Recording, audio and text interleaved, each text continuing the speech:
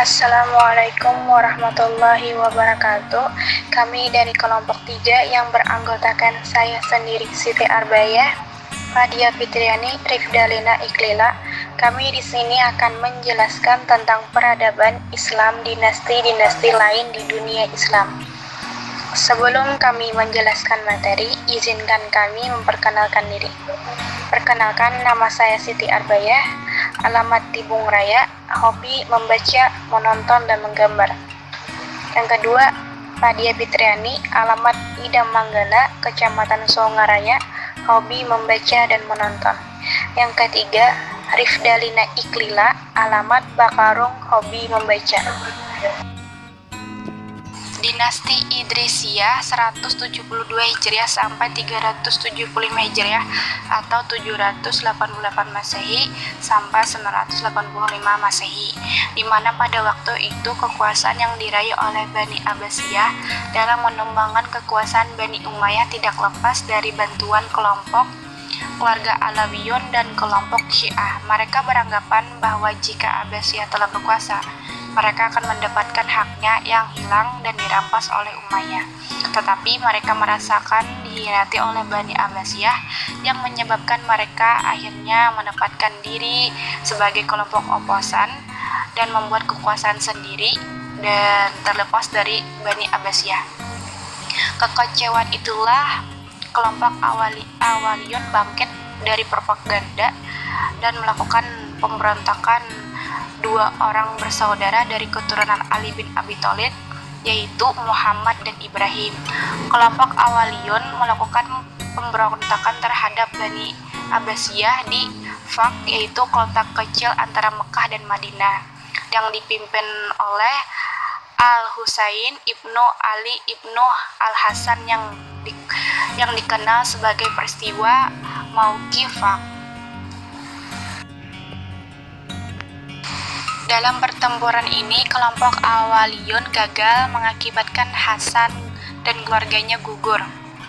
Terdapat dua orang yang berhasil meloloskan diri, yaitu Idris ibnu Abdillah dan Yahya ibnu Abdillah. Idris melarikan diri ke Maroko. Idris inilah yang kemudian dikenal sebagai perintis berdirinya dinasti Idrisiyah. Dinasti Idrisiyah merupakan dinasti yang posisi kekhalifahan Abbasiyah yang paling kuat. Kekuasaan dinasti Idrisiyah adalah Maghribi, yaitu dinasti pertama yang beraliran Syiah. Sultan Idrisiyah yang terbesar adalah Yahya. Idris ibnu Abdullah memilih Maroko sebagai basis kekuatan dengan beberapa alasan. Yang pertama, di Maroko menerima kehadirannya dengan terbuka. Kedua, Maroko cukup kondusif untuk mendirikan kekuasaan yang otonom.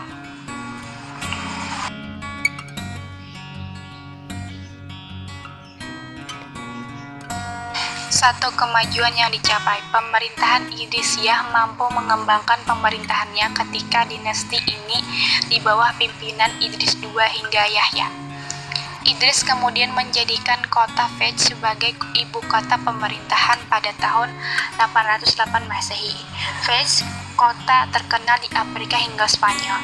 Dinasti Idrisiyah berperan dalam menyebarkan budaya dan agama Islam ke bangsa barbar dan penduduk asli. Dinasti Idrisiyah adalah pendiri Universitas Qarayun yang megah dan terkenal. 2. Kemunduran dan kehancuran.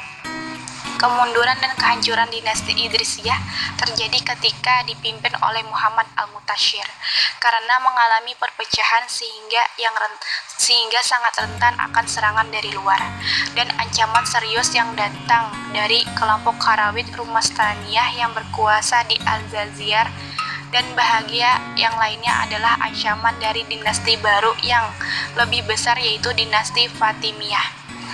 Pada tahun 985 Masehi, dinasti Fatimiyah berhasil mengambil alih kekuasaan akibat semakin melemahnya kekuatan dinasti Idrisiyah.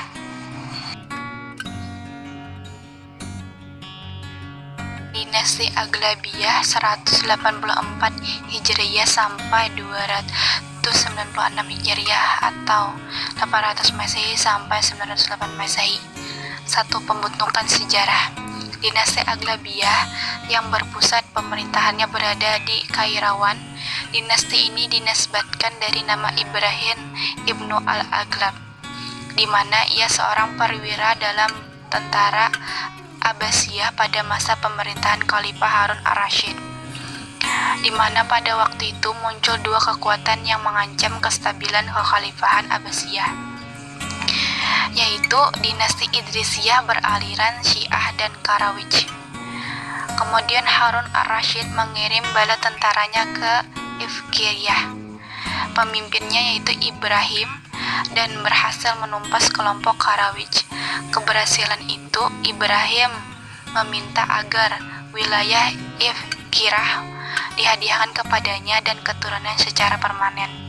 Kemudian disetujui oleh Khalifah secara resmi. Ia diangkat sebagai gubernur di Tunis pada tahun 800 Masehi. Diberikan hak otonom secara luas dan sebagai imbalannya dia harus membayar upeti tahunan sebesar 4.000 dinar kepada Khalifah. Hubungan Ibrahim semakin baik dengan Khalifah Abbasiyah.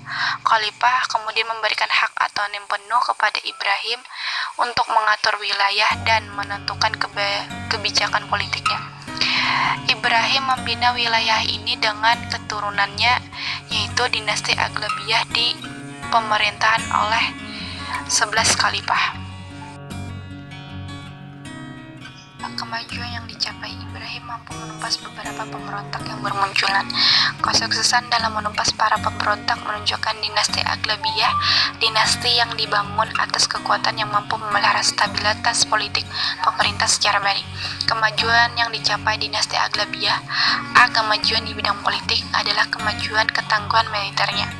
Dinasti yang semulanya hanya memiliki wilayah kegubernuran telah mencuat kekuasaannya hingga Eropa, Sisilia, dan Tunisia.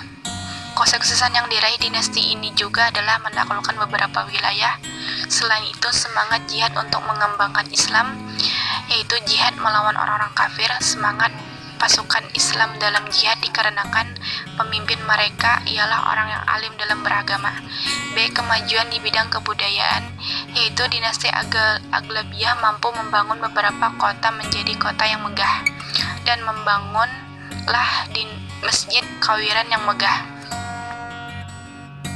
C. Kemajuan di bidang ilmu pengetahuan, dengan keberadaan kota Kairan sebagai pusat penting bagi perkembangan mazhab Maliki yang menggantikan kota Madinah. Karya-karya mazhab Maliki tersimpan baik di Masjid Kairan. D. Kemajuan di bidang perekonomian, di bidang ekonomi yaitu sektor pertanian, perdagangan, dan industri. Dinasti ini membangun bendungan untuk irigasi dan juga mengembangkan perkebunan anggur dan kurma. Selain itu memajukan bidang perdagangan, dibangunlah jalan-jalan dan angkutan serta lalu lintas perdagangan. Mendirikan alat-alat pertanian, pengolahan emas, perak. Kemajuan ekonomi ini menjadikan penduduknya hidup dengan relatif makmur. 3. Kemunduran dan kehancuran. Setelah Bani Aghlabiyah berkuasa selama 1,5 abad, kehancuran mulai mengancam. Kemunduran ini terjadi di bidang politik yang disebabkan oleh gencarnya propaganda orang-orang Syiah. Kelompok Syiah kemudian mampu menggulingkan dinasti Aghlabiyah pada tahun 909 Masehi, yang dimana dinasti Aghlabiyah juga berakhir di tangan dinasti Fatimiyah. Dinasti Samaniyah. 1. Sejarah pembentukan. Dinasti Samaniyah ini diterangai sebagai keturunan seorang tuan tanah di wilayah Balkh yang bernama Saman Huda yang masuk Islam. Orang-orang Samaniyah ini menganggap dirinya masih keturunan kaisar-kaisar Samaniyah. Dalam sejarah disebutkan bahwa setelah banyak terjadi percampuran darah antara bangsa Persia dengan bangsa Arab. Di zaman Al-Ma'mun, mereka diberi jabatan-jabatan penting, sehingga putra Asad ibnu Saman, cucu Saman kedua, mendapatkan kedudukan yang baik dari Bani Abbas. Nama Ahmad ibnu Asad cukup terkenal karena ia pemimpin yang adil dan bijaksana. Ia kemudian digantikan oleh Nasar. Ia diangkat sebagai panglima perang oleh Khalifah Al-Mu'tamid pada tahun 875 Masehi. Ia pun memindahkan ibu kota wilayah dari Bukhara ke Samarkand. Nasr ibnu Ahmad diangkat menjadi gubernur oleh Khalifah Al-Mu'tamid untuk wilayah Transoksania pada tahun 263 Hijriah atau 875 Masehi. Perselisihan antara saudara pernah terjadi, yaitu antara Nasr ibnu Ahmad dengan saudaranya Ismail ibnu Ahmad. Sepeninggal Nasr, kepemimpinan lanjutnya dipegang oleh Ismail ibnu Ahmad. Ismail mampu memperluas wilayahnya sampai ke wilayah Khurasan. Kemudian Khalifah Al-Mu'tadi mengangkatnya sebagai wali di kawasan Transoksania. Dengan demikian, memungkinkan Ismail untuk menguasai Tibiristan dan menyatukan Akhrai, maka terpeliharalah batas-batas kekuasaannya dari arah barat. Ini adalah penguasa terbesar sepanjang kepemimpinan dinasti Samaniyah.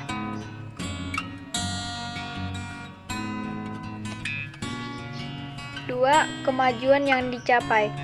Puncak kejayaan dinasti Samaniyah terjadi pada masa Khalifah Ismail. Kemajuan yang dicapai pada masanya antara lain mampu menghancurkan dinasti Safaria di Transoksania serta mampu memperluas wilayahnya sehingga Tabaristan, Rai, Qazwin, sehingga keamanan dalam negeri terjamin.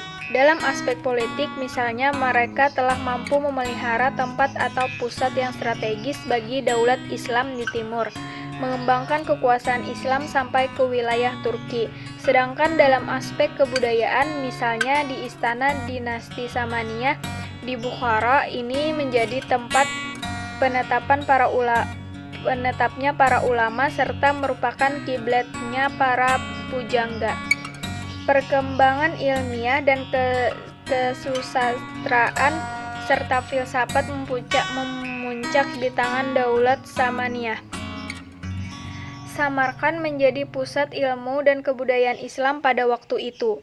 Di zaman ini lahir para tokoh pemikir Islam seperti Al-Farabi, Ibnu Sina, Ar-Razi, Al-Firdaus, Al-Lailain, dan lain-lain. Sementara itu di wilayah politik yang menarik dikaji adalah bahwa munculnya dinasti-dinasti di timur Baghdad ini di suatu sisi dianggap sebagai pergeseran dominasi Arab dalam dunia politik.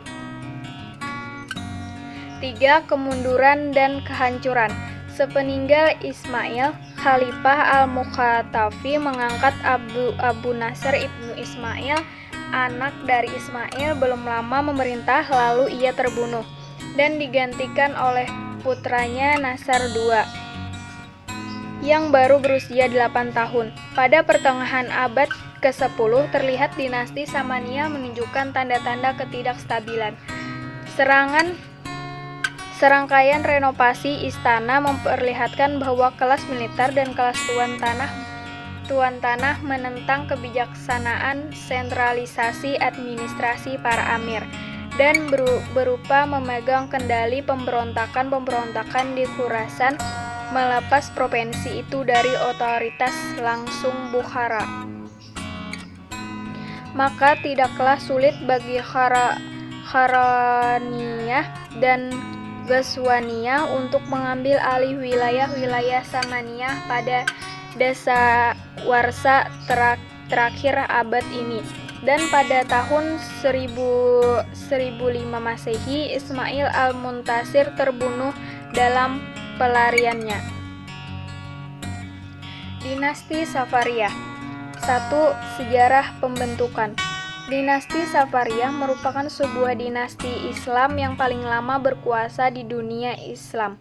Pendiri dinasti ini adalah Yakub ibnu Al-Lais Al-Safar. Nama Safariyah sendiri diambil dari nama pekerjaannya sendiri, Yakub ibnu al-Lais, yaitu sebagai tukang barang-barang kuningan atau tembaga.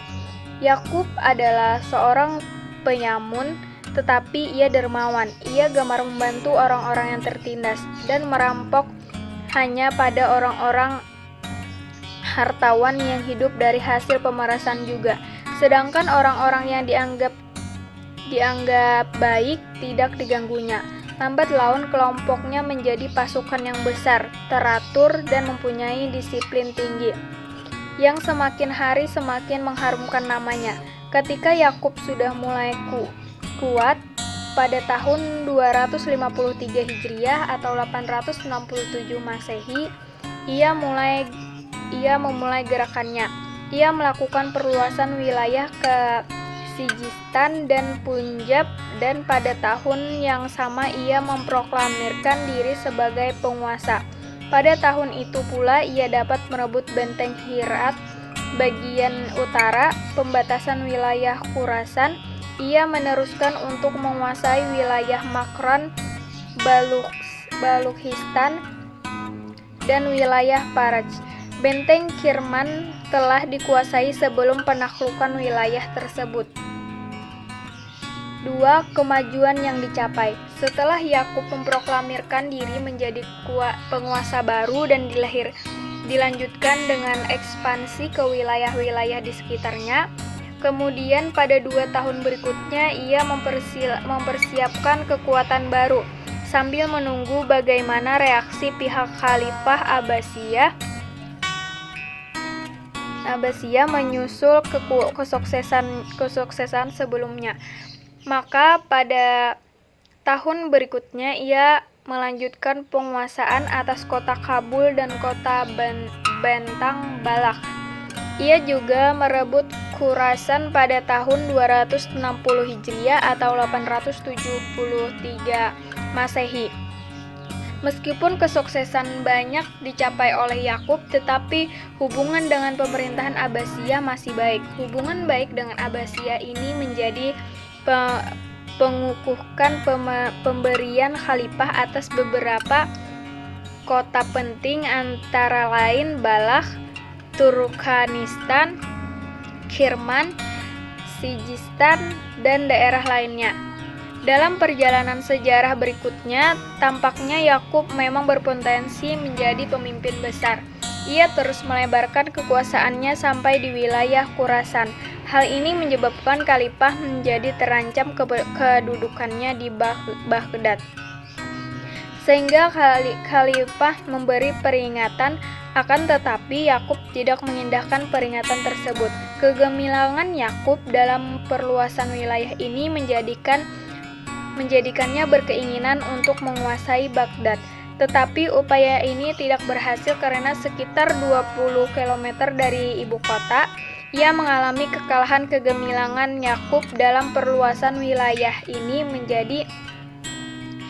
menjadikannya keinginannya untuk menguasai Baghdad. Tetapi upaya ini tidak berhasil karena sekitar 20 km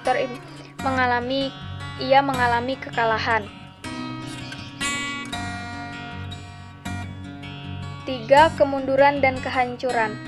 Dengan meninggalnya Yakub, Amr ibnu Lais diakui sebagai gubernur di tangan Amr. Ia menerima kekuasaan atas penetapan Khalifah Al-Mu'tamid karena sebelum ia mengirim surat kepada Khalifah sebagai pernyataan ketaatannya, ia pun akhirnya diakui Khalifah sebagai gubernur Sijistan. Di tangan Amr, ia pun tetap berusaha memperluas kekuasaannya. Ia menginginkan wilayah Transoksania yang saat itu secara formal berada di bawah penguasaan dinasti Sahiriyah. Tetapi sesungguhnya yang berkuasa di sini adalah Bani Samaniyah, dan ini lebih kuat daripada Safariyah. Pasukan Amr dapat dikalahkan oleh pasukan Ismail ibnu Ahmad dari Bani Samaniyah, dan kemudian Amr sendiri ditangkap. Dinasti ini semakin melemah karena pemberontakan dan kekacauan dalam pemerintahan. Akhirnya dinasti Ghaznawi mengambil alih kekuasaan dinasti Safariyah. Setelah penguasa terakhir dinasti Saparia, Khalaf meninggal dunia, berakhir pula kekuasaan dinasti Saparia di Sijistan.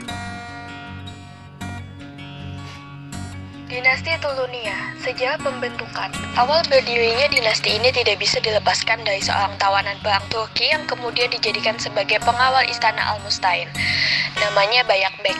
Pada saat terjadi penggulingan kekuasaan yang dilakukan oleh Al-Mu'tas, Bayakbek memilih bergabung dengan Al-Mu'tas dan meninggalkan Al-Mustain.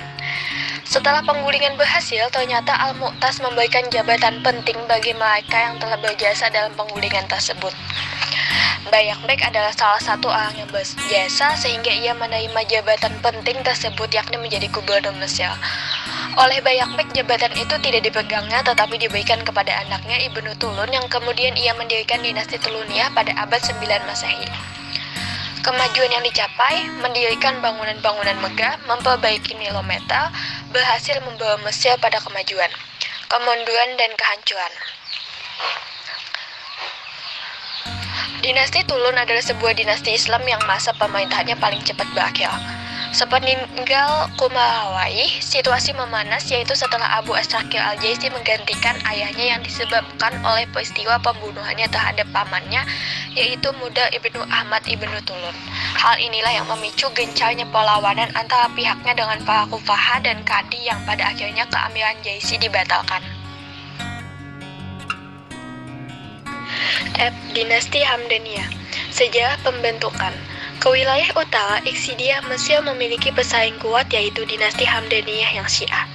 Dinasti itu didirikan pertama kali di Mesopotamia Utara dengan Mosul sebagai ibu kotanya. Mereka merupakan keturunan Hamdan ibnu Hamdun dari suku Taklid. Gerakan keluarga Hamdani ini sebenarnya sudah ada pada masa Khalifah Al-Mu'tadid yang waktu itu tampil dengan aksi menentang Khalifah Abbasiyah. Gerakan ini gagal dan akhirnya beberapa anggota keluarga ditangkap. Namun akhirnya Khalifah Abbasiyah membebaskan mereka setelah Al-Husain ibnu Hamdan menangkap tokoh Khawarij Harun al-Rashid. Ketika Bani Abbasiyah diperintah Khalifah Al-Muqtadir, nasib keluarga Hamdani mengalami perubahan.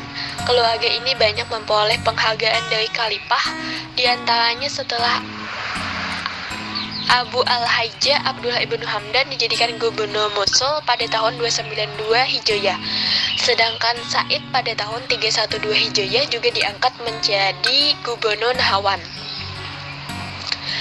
Kemajuan yang dicapai, prestasi gemilang yang telah diukir oleh dinasti Hamdaniyah lebih tampak pada wilayah politiknya. Dinasti ini mampu memainkan peran penting sebagai pagar betis untuk mempertahankan kekuasaan dinasti Abbasiyah yang ketika itu berada pada tahap kemunduran. Kemunduran dan kehancuran.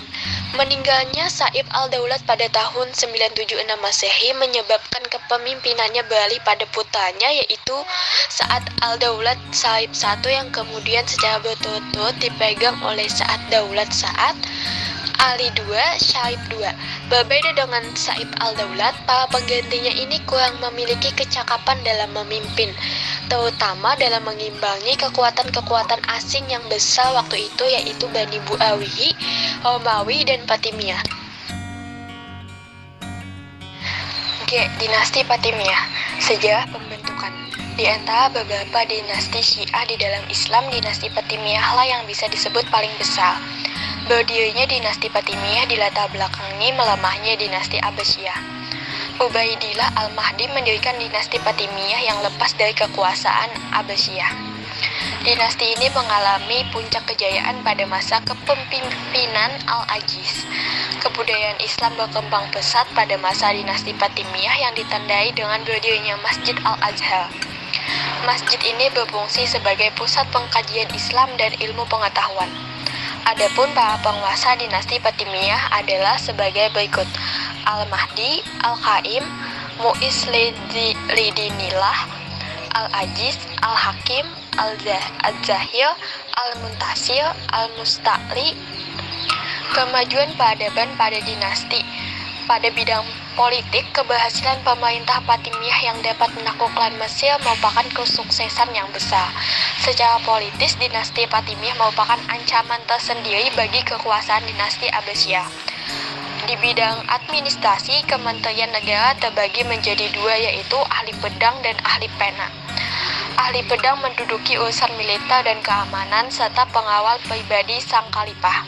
Ahli pena menduduki beberapa jabatan, yaitu hakim, pejabat atau dar al-hikmah, inspektur pasar yang bertugas menertibkan pasar dan jalan, pejabat keuangan, guru pembantu istana, petugas pembaca Al-Quran. Di kondisi sosial, mayoritas Khalifah Fatimiyah bersikap moderat penuh perhatian kepada urusan agama non-muslim. Mayoritas Khalifah Fatimiyah berpola hidup mewah dan santai. Di kemajuan ilmu pengetahuan dan kesusastraan, Ibnu Khilis merupakan salah seorang wazir Fatimiyah yang sangat mempedulikan pengajaran. Ia mendirikan sebuah lembaga pendidikan dan memberinya subsidi setiap bulan. Khalifah Fatimiyah mendirikan sejumlah sekolah dan perguruan tinggi, perpustakaan umum, dan lembaga ilmu pengetahuan. Di bidang ekonomi, perekonomian pemerintah Fatimiyah dapat dibilang cukup bagus. Kemunduran dan kehancuran. Kemundurannya karena figur khalifah yang lemah, perebutan kekuasaan di tingkat istana, konflik di tubuh militer, bencana alam kepanjangan, keterlibatan non-Islam dalam pemerintahan. Kehancurannya karena Fatimiyah mengalami kehancuran pada masa Kekhalifah Al-Adid. Kehancuran ini selain dari akumulasi berbagai faktor juga disebabkan oleh adanya kekuatan kaum Salajikah dan pasukan salib yang banyak terlibat dalam urusan-urusan kekhalifahan.